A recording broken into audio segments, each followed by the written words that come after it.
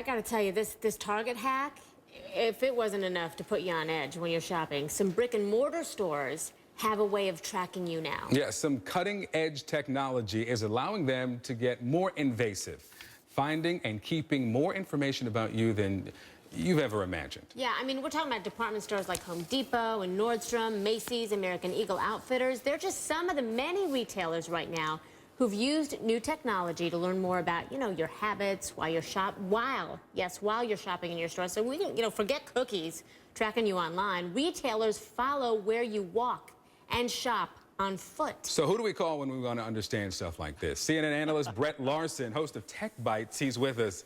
This is beyond. Good morning, Brett. This is crazy. Explain to us, what is this and how does it work? Yeah, George Orwell was about 20 years off in his book, 1984. It's a couple different things. Our cell phones have, I've got mine right here. It's got a GPS inside it. It's got an accelerometer. It has the ability to know where I am all the time. And with that accelerometer, even when I don't have GPS coverage, it still knows where I'm moving throughout the store. So now what these stores are doing is they're installing these different pieces of equipment. Some as simple as just a Wi-Fi network that picks up the signal that your phone puts out. A relatively new technology called iBeacon. It's these little things that are, they're about the size of a pack of gum that they can put throughout the store that picks up actually a Bluetooth signal from your cell phone. Now, this sounds kind of creepy. The upside for shoppers is with this thing like Estimote and these iBeacon technology is since it knows where you are in the store, literally it knows what aisle you're on, what you're looking at in the store. It can make offers to you like, hey, did you know these pants are 30% off? But then when you leave the store, it knows who you are and it knows where you go throughout the day. So it's giving retailers some pretty personal information.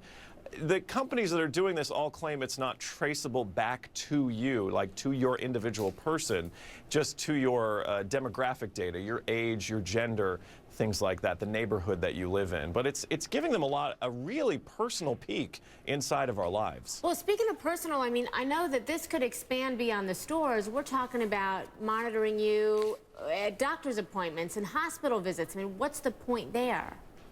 Right. To the average Joe, there seems like there's no point. Retailers like this information because they can say, well, after they come to our gym or to our restaurant, they go to this specific doctor's location, and they know that maybe that doctor's location is a specialist. Maybe it's a dermatologist. Maybe it's someone who treats something very specific, so they know where you're going and specifically what you're having done. The upside for the end user, for the shopper, doesn't seem to be very clear here. The upside for the retailers and for people who want all of our personal information is they know more about us, so they have an easier way to target us and to sell us things. I look at this in the context of this Target hack that we've been talking about, and Neiman Marcus, and now possible involvement with the Russian mob, Brett. So if they get all of this information, and that was just credit card data, but all this personal information, there's got to be some potential for them to take more from us if they get the information from these companies. Absolutely. And our credit card data says a lot about us. If you go through someone's credit card statement, you know where they spent their money, you know the location of where they spent their money. So if they're able to get that data in this massive hack on Target, which we've already seen has expanded to other retailers, if the retailers are keeping this data and trying to marry it to the data from our cell phones that says where we're going and what we're doing when we're not in their stores, this is potentially some pretty dangerous information that's just floating around out there. Good heavens.